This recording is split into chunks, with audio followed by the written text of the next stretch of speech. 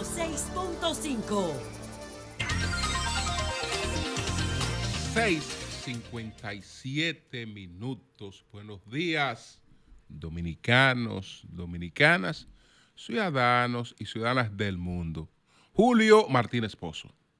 Los comentarios de los temas más importantes en el programa de mayor influencia de la radio y la televisión nacionales y de todas las plataformas digitales.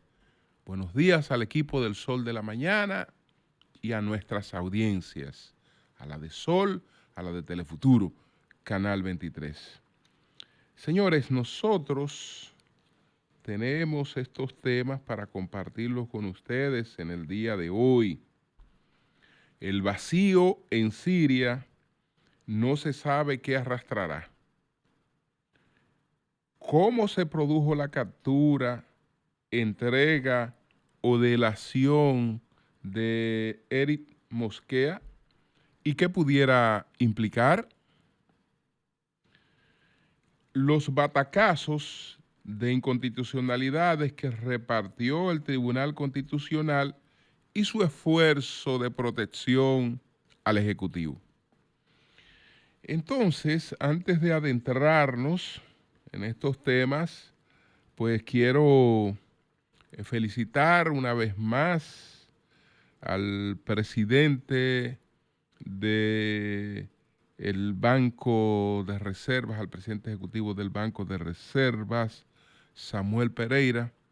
Banreservas, por nuevo año consecutivo, o una vez más, pues fue escogido por The Banker como el banco del año, ponderando todos los aspectos competitivos y de innovación del Banco de Reservas. Así es que nuestras felicitaciones para Samuel Pereira y todo el equipo del Banreservas.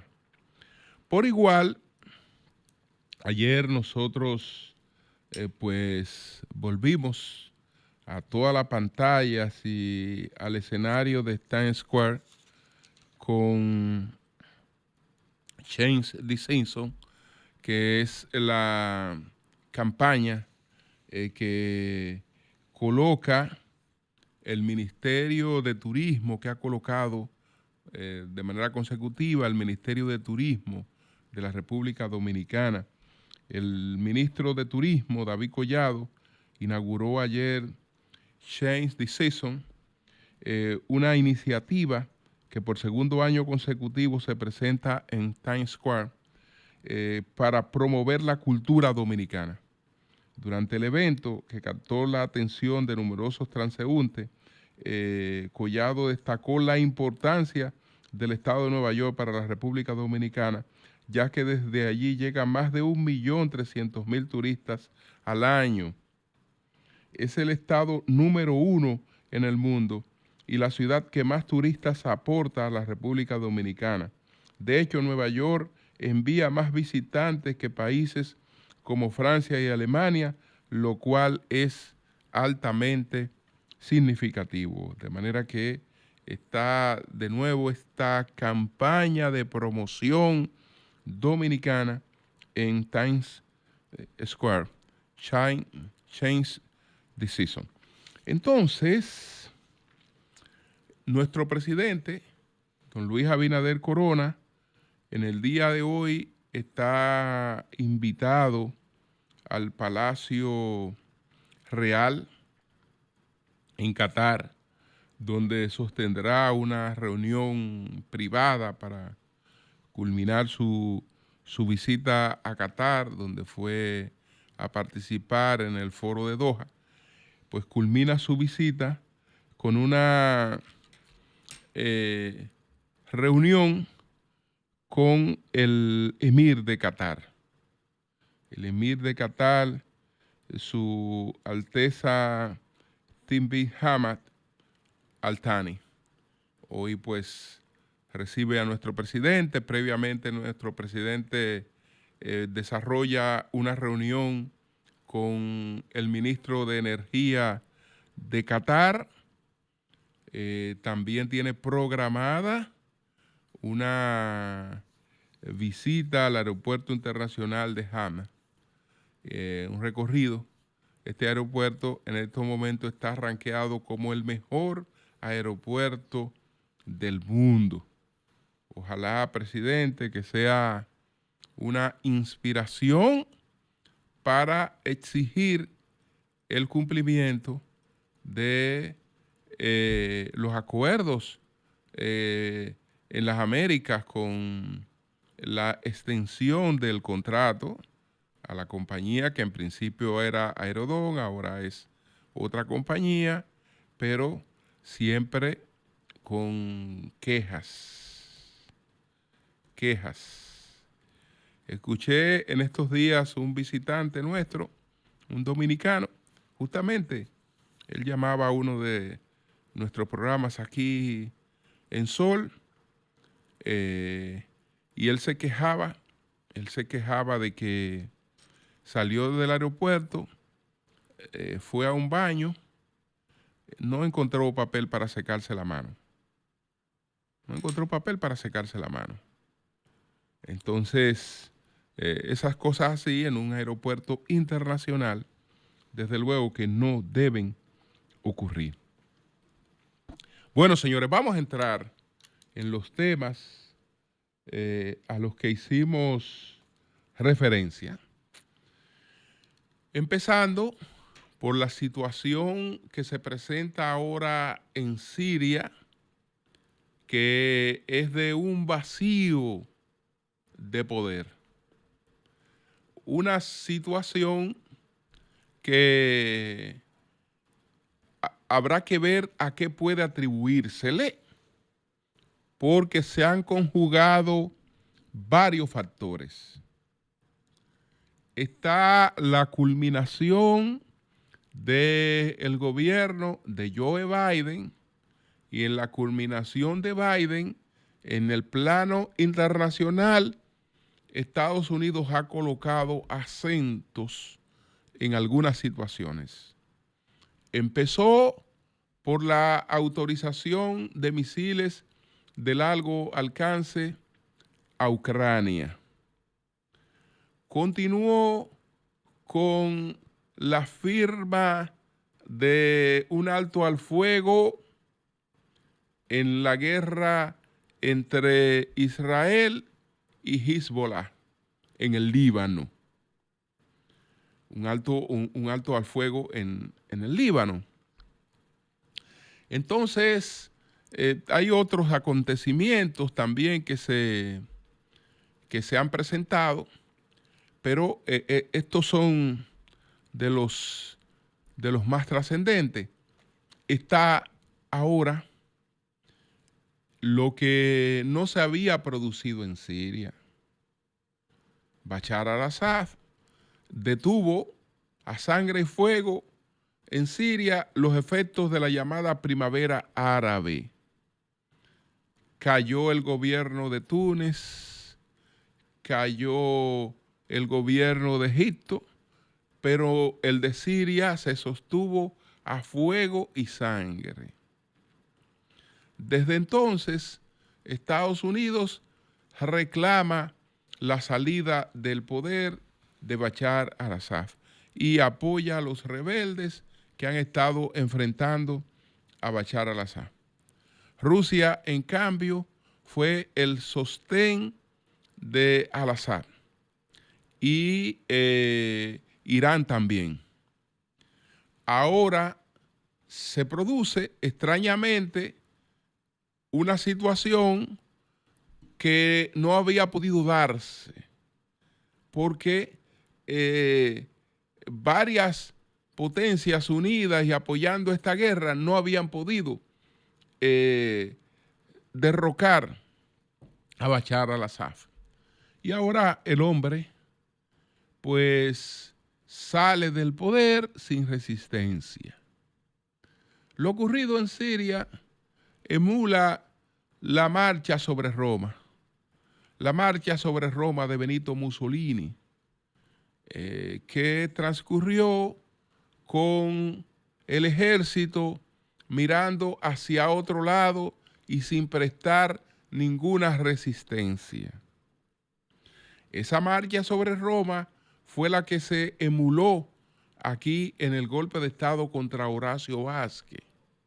Esa fue la que concibió Estrella Ureña y que la pactó con el jefe del ejército. Y el ejército miró para otro lado, mientras desde Santiago venían tomando pueblos las fuerzas que encabezaba Estrella Ureña. Se produjo el derrocamiento de Horacio Vázquez. Entonces, eso ocurrió con el ejército sirio. Ninguna resistencia. Es más, el líder sirio, Bashar al-Assad, exhortó a su ejército a no prestar resistencia. Incluso hay medios como El País que hablan de que se produjo un pacto. Hubo un pacto de la salida de Bashar al-Assad del poder con los rebeldes que le enfrentaban. Hubo un acuerdo. Fue una salida pactada la de el retiro de Bashar al-Assad. Entonces, ¿qué vemos? Vemos a la gente reclamando democracia o hablando de democracia. Es un absurdo porque en el vacío que queda en Siria, ese vacío solamente puede ocuparlo el Estado Islámico.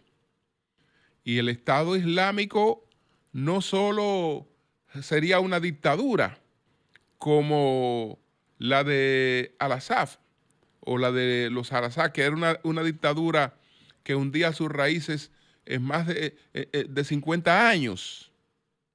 No se trataría de una dictadura con el Estado Islámico. El Estado Islámico sería una tiranía. Usted sabe que se usan como sinónimos los términos dictadura, tiranía, totalitarismo. No son cosas iguales. No son cosas iguales. Incluso veo algunos autores aquí que abundan mucho los libros sobre Trujillo, y de que de un autor te pasa a referirse a Trujillo como un dictador y te pasa a referirse a él como un tirano, como un sátrapa, ya tú sabes que ahí hay problema en un poco de dominio de las teorías del Estado. Y eso, desde luego, afecta la profundidad del tema que te están tratando. No es lo mismo dictadura que tiranía. Entonces, usted sale a gritar libertad cuando una dictadura pudiera ser sustituida por una tiranía, porque el régimen de al-Assad era secular. El régimen del Estado Islámico no es secular. Es decir, no solo es que te limita tus libertades políticas, es que se mete en tus creencias, en tu vida privada. Y entonces ya se trata de una tiranía. Es decir, que ahí no hay espacio para la libertad. Ahí no hay espacio para la libertad. Entonces es evidente que todo lo que ocurrió con la anuencia de Vladimir Putin. ¿Por qué Putin cede hoy en Siria lo que no había querido ceder desde hace tiempo? Bueno, porque él tiene los cartones en otras realidades. Él siempre ha tenido los cartones en varias realidades. Es cierto que a partir del conflicto entre Israel y Hamás y la guerra de Israel contra Hamás, pues las bases de al-Assad se debilitaron mucho, porque él tenía el apoyo de Hezbollah. Sin embargo, no el de Hamás. no el de Hamas. Y Hezbollah, que es distinta a Hamas, ellos coinciden en la confrontación con Israel, no coincidían en Siria, pero indiscutiblemente los dos han quedado muy debilitados.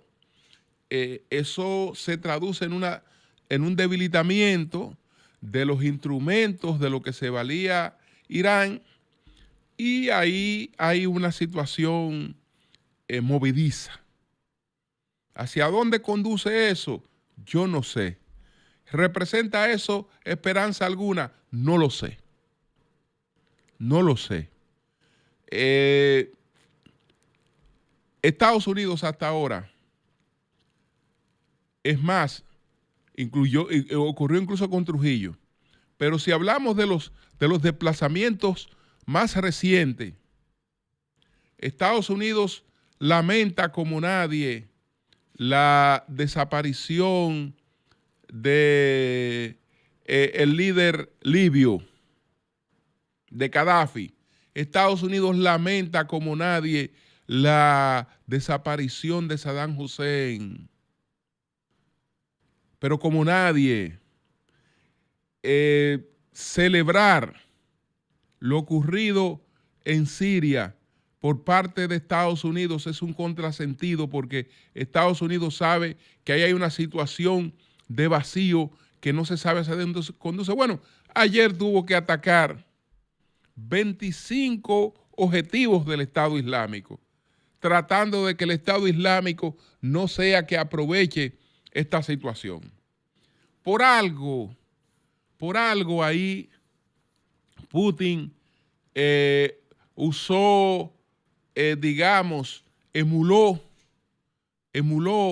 la teoría de la caña, que cuando vienen vientos fuertes, la caña se acuesta y no es arrastrada por esos vientos. Entonces, eso es lo que ha ocurrido en Siria. Eso es lo que ha ocurrido en Siria. Pero ahí no se sabe realmente quién sale ganancioso. Pero nada de quién sale ganancioso ni qué va a ocurrir ahí. Incluso pudiera ser una situación peor que la que estaba padeciendo Siria hasta este momento, porque Libia está peor, Irán está peor, Afganistán está peor. Está peor, están peores. Entonces, esperemos a ver cómo evolucionan estos acontecimientos, pero señores, ahí que nadie se ponga a hablar de que cayó una dictadura, que esto, que viene otra cosa. No. Y de hecho, ahí está la experiencia de lo ocurrido con la denominada primavera árabe. Eso se quedó en el amago. Eso se quedó en el amago, en las ansias, pero todo lo que vino después de la primavera árabe fue peor que lo que había. Bueno, paso al otro tema, que es el de el apresamiento de este caballero, el señor Mosquea. ¿Cómo se llama el señor Mosquea? El señor Eric Mosquea fue apresado en Colombia. ¿Qué pasa con el apresamiento del señor Mosquea en Colombia? Ustedes saben que este individuo era presentado por el Ministerio Público, y parece que lo era, como un individuo realmente con un nivel importantísimo en el narcotráfico, bastante nivel en el narcotráfico. Entonces, aquí estoy tratando de ver la historia que se expuso cuando ese caballero resultó que parece que recibió informaciones, algún tipo de colaboración por sus vínculos en la República Dominicana y pudo evadirse de la persecución que aquí se denominó Operación Falcón. Entonces él pudo evadirse de la denominada Operación Falcon. ¿Qué pasa? Que se le presentó como un individuo que era el operador, uno de los operadores más importantes del narcotráfico en la República Dominicana y en el Caribe. Se da esta cuestión que se denominó el Falcon, que ahí hubo involucrado varios legisladores y un ex legislador que era en ese momento funcionario del gobierno y otro legislador que le protegió mientras era perseguido por el Ministerio Público, al señor Juan Maldonado. Entonces, ¿quiénes están ahí? Bueno, el caso es que ahí ustedes recuerdan que el exdiputado Juan Maldonado era el director, era funcionario, era el director de Comunidad Digna. El diputado Héctor Félix y Félix, estuvo vinculado porque trató de proteger a Juan Maldonado cuando era perseguido para ser capturado producto de este operativo que se llamó Operación Falcon. Estaba entonces después también la esposa de Juan Maldonado, que era diputada, etcétera. Eso arrastró por lo menos a 4 diputados y es diputado. ¿Qué ocurre?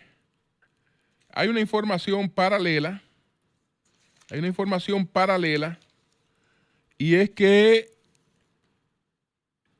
nosotros manejamos aquí el pasado viernes, conversamos con Ramón Carmona sobre la captura del alijo más importante que se haya atrapado en la República Dominicana.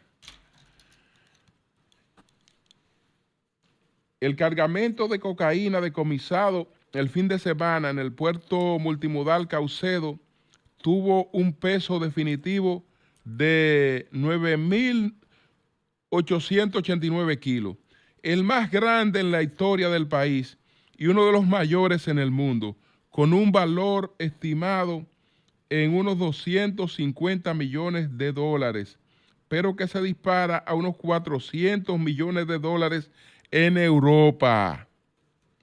Señores, estamos hablando de una captura, un cargamento de drogas sin precedentes.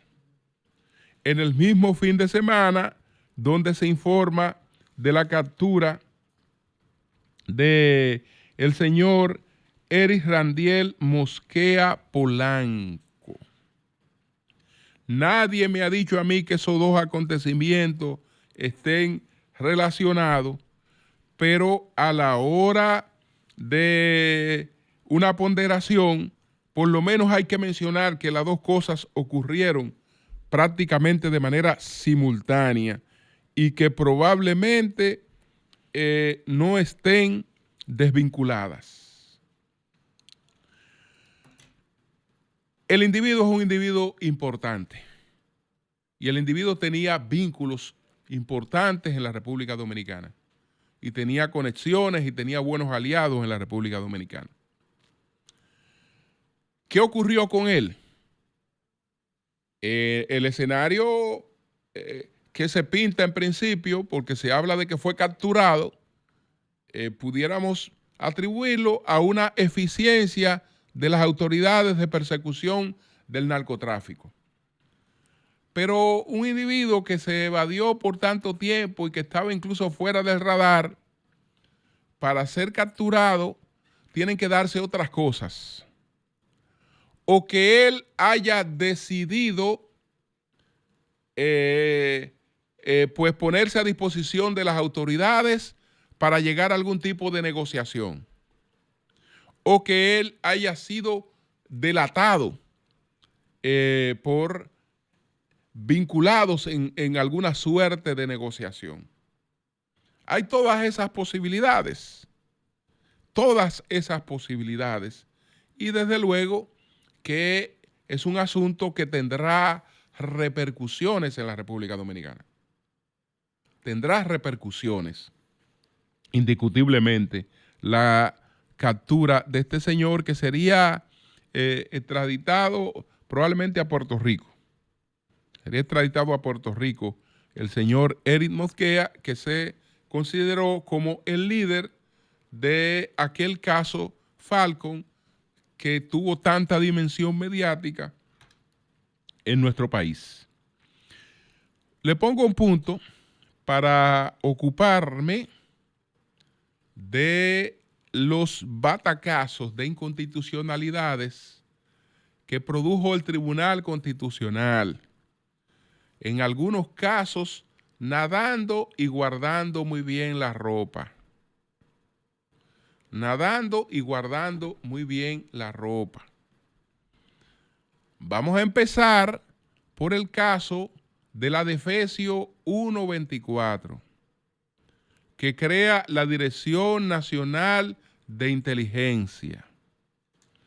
Es una iniciativa totalmente inconstitucional por los derechos que afecta, porque estamos hablando de que establece censura previa, porque contempla prisión hasta de 2 años para una persona que no revele una fuente, etcétera, etcétera. Un asunto totalmente incondicional, pero de lejos es inconstitucional. Y también contiene violaciones a derechos fundamentales.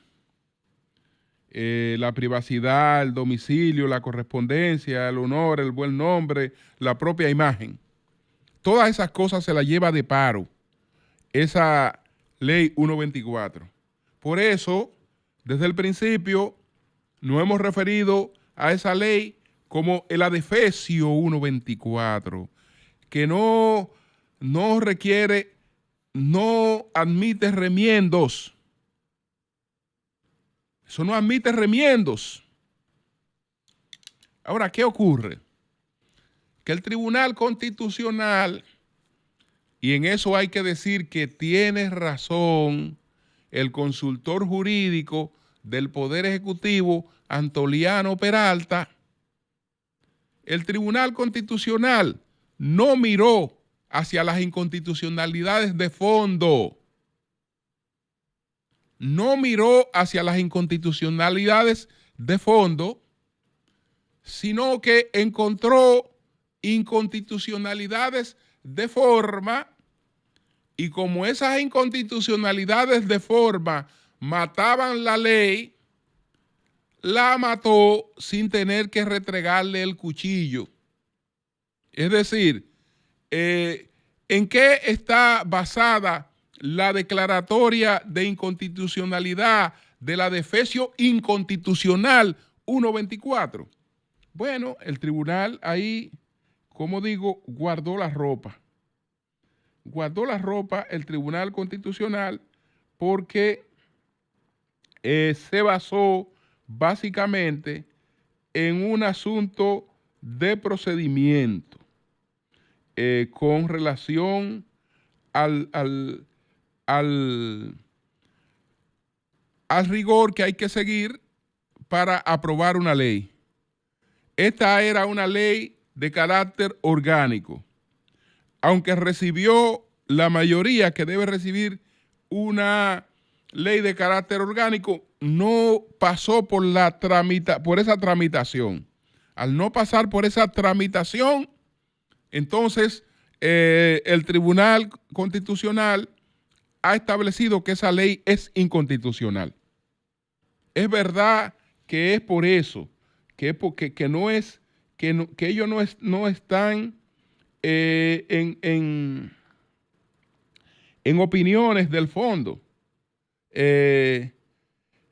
por vicios en el procedimiento legislativo para su conocimiento y aprobación. Entonces está bien, porque ya mataron la ley sin tener que mirar hacia los asuntos de fondo. No miraron hacia los asuntos de fondo, pero no miraron porque tal vez lo estimaron innecesario y además,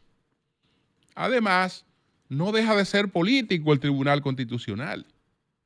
Ahí hay una protección al Ejecutivo porque los vicios por los que la ley es inconstitucional son responsabilidad del Congreso. No fue porque el Ejecutivo envió una ley inconstitucional, sino porque la falla del Congreso, no del Ejecutivo.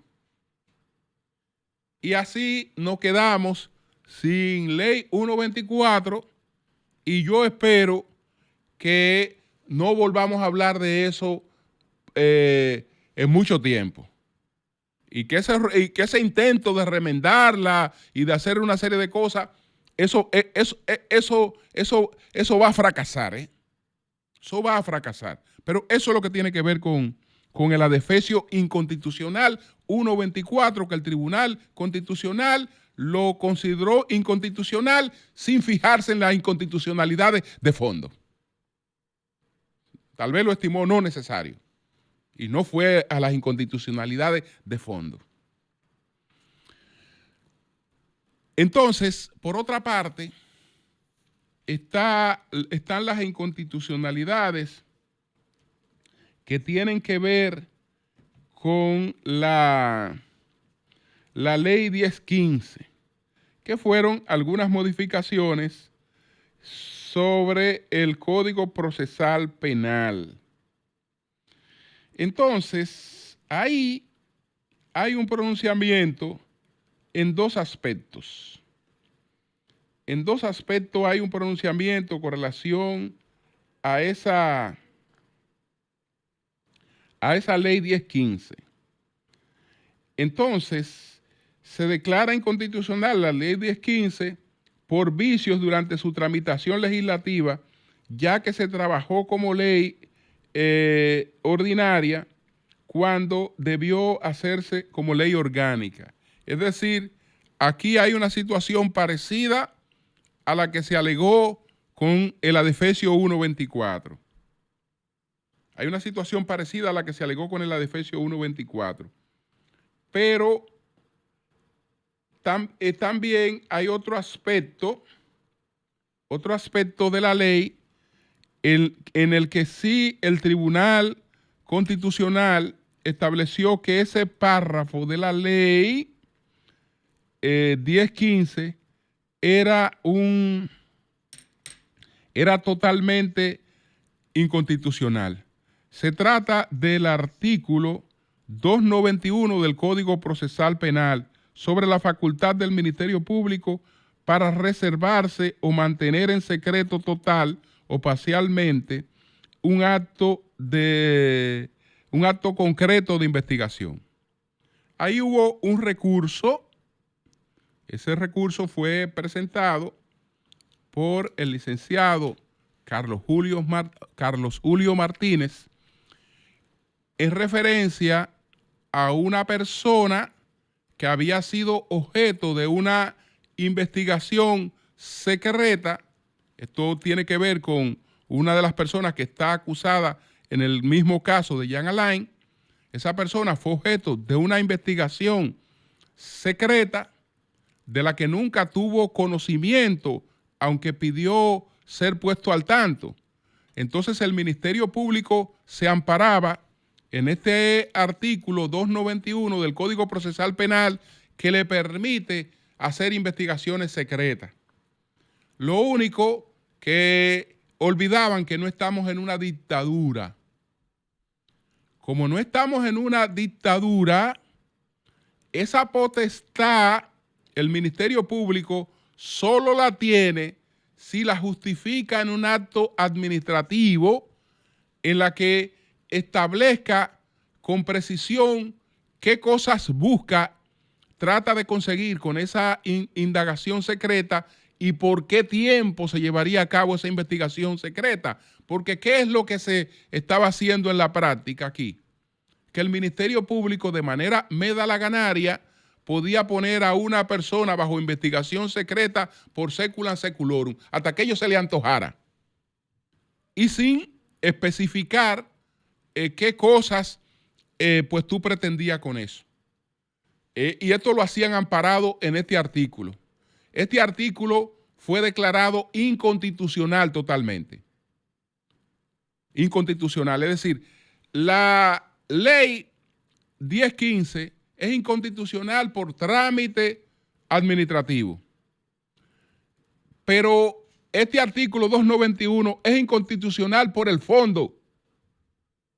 Es inconstitucional por el fondo y debe quedar excluido del Código Procesal Penal o incluir la salvedad, que sería lo correcto, de cómo es que el Ministerio Público puede llevar a cabo investigaciones secretas, que las puede llevar,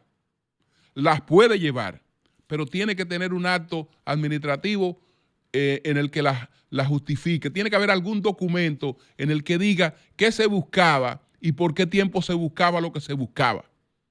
Porque no puede ser, porque a mí se me antoja. Y se me antoja y yo puedo poner a 15, a 20, a 30, a 40, a 100 gente bajo investigación y porque se me antoja. No, eso tiene que estar debidamente justificado. Entonces, eso es lo que tiene que ver con esta cuestión.